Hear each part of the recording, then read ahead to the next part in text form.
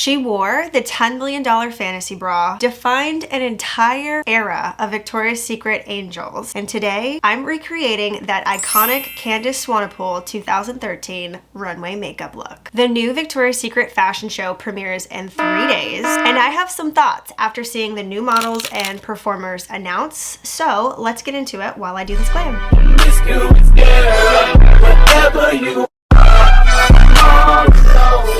Candice's first walk was in 2007. She officially became an angel in 2010. And in 2013, she wore the Royal Fantasy Bra, one of the most extravagant pieces of lingerie ever made. The bra was designed by Mawad and featured over 4,200 precious stones. I'm talking diamonds, rubies, sapphires, and it was all set in 18 karat gold. Candice was literally dripping in diamonds.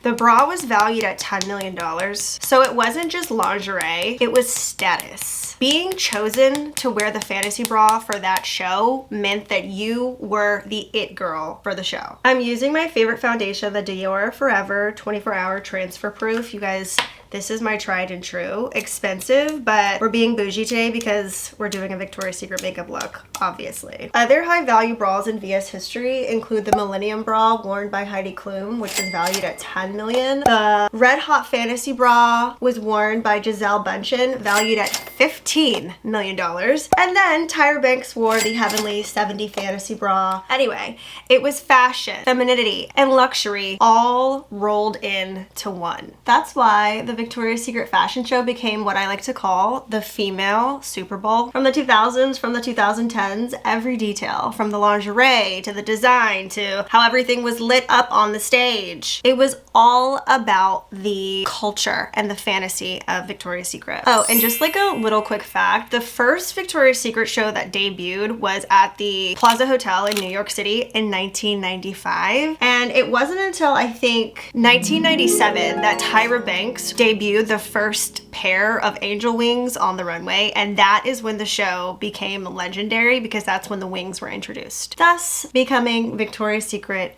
angels.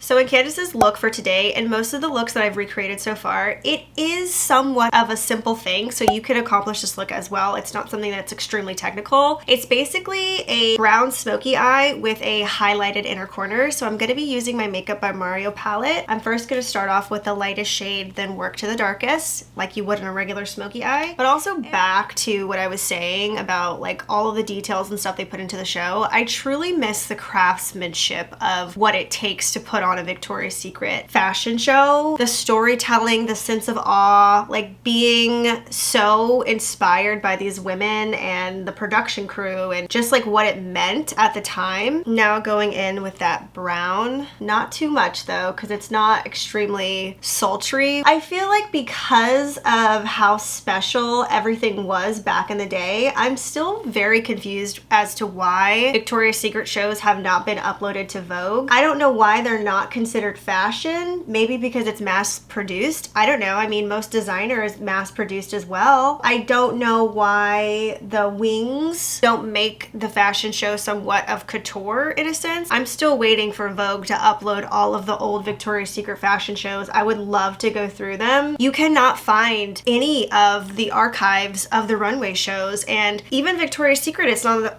their website. So I'm like, where can I find these old shows pre-2000? I'd love to see all of the looks, not just like some of them that are found on Google. We are smoking this look out today, honey. Yes, we are. I love the 2000s makeup because it was so simple and also glam at the same time. You didn't have to be extra with it. It just was like cute, you know, like minimal cute effort, but you still like looked glam. Soft glam. We love it. Okay, I'm gonna go in with my Dior Backstage Glow palette to get that highlighted look in the inner corner of her eye. I'm just putting this all over the front half of the lid to really get that highlighter effect with the smoky eye. Also, Candice is wearing eyeliner in this, and it's black eyeliner, which I think is the first time I've done black eyeliner in a Victoria's Secret recreating makeup look, which is different because I feel like you wouldn't think black eyeliner would be on the runway unless it was a cat eye, but it's a strange placement, but I think it just highlights the eyes a little bit versus them looking a little barren. And I don't think that she's wearing a lash either. Now, about this year's show, Missy Elliott, Madison Beer, Karol G, and Twice are performing. I honestly think this is a smart move because you've got Missy Elliott for OG VS fans, you've got Madison Beer who's reaching Gen Z, and then you have two international or like two groups that will bring a lot of different global energy versus just like Americans performing at this show. So I think that's great. It finally feels like Victoria's Secret is tapping into that diversity that they're really wanting their brand to evolve into, so that's cool. I'm definitely not mad about the selection in terms of music. Also, speaking of like glam and all that, Pat McGrath has been announced as the makeup artist for this year's show, and I am so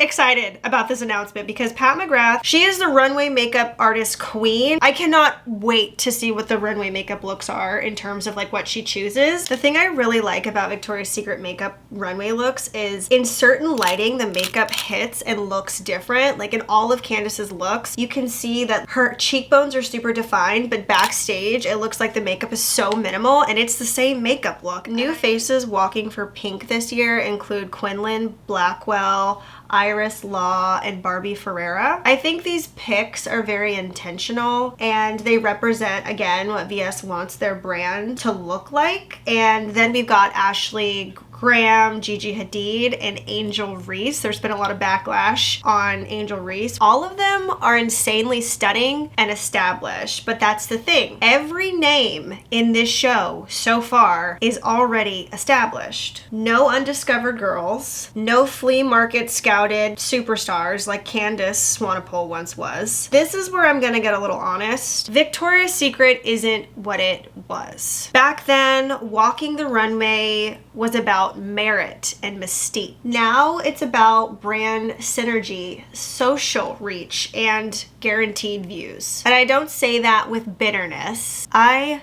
love Victoria's Secret. Always have and always will. But as someone who understands fashion and business, I get it. Extravagance requires funding. And in today's economy, visibility equals profit. Now, I will say this year's Victoria's Secret show is in a new era. They've said that there won't be any slick backs on the runway. They heard us, y'all. And there's gonna be plus size models like there were last year and trans models as well walking, which I think is great progress. However, when brands suddenly shift into this "we hear you" mode after a backlash, it kind of feels a little performative sometimes. I'm just saying.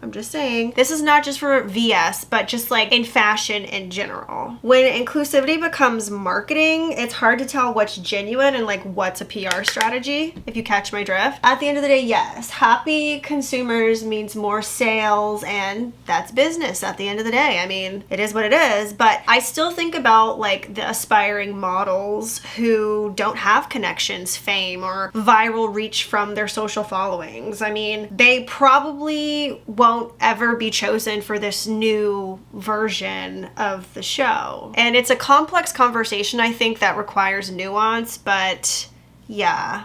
It's just interesting to think about. I forgot to give you guys a close-up in the video, so this is what the makeup turned out like. Very mid-2000s. It's not something that I would do today. I would probably do the eyeliner a lot different and whatnot, but this is like recreating the look. I think I want to do my own spin on the Victoria's Secret soft glam and see what I can come up with modern times, but this still eats. It's just not the type of eyeliner that I would do today. So for me personally, Victoria's Secret has always been a constant. I've bought from them before, during, and after their cancellation, and I know what I'm getting whenever I'm buying Victoria's Secret. I'm getting femininity, I'm getting fantasy, I'm getting nostalgia, especially for me being a younger millennial. I know what I'm getting into. So next week I will be reacting to the Victoria's Secret 2025 fashion show Runway, and I think I'm gonna post it to my YouTube channel if anyone's interested, because I will be having opinions, and I think that we should have a place to discuss these opinions, especially if you're a Victoria's Secret fan just as much as I am. So yeah, if you love Victoria's Secret as much as I do, go ahead and hit that subscribe button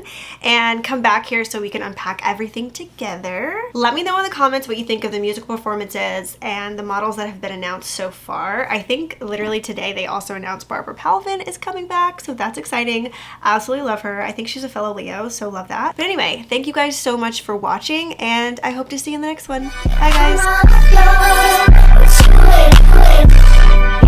you, yeah, whatever you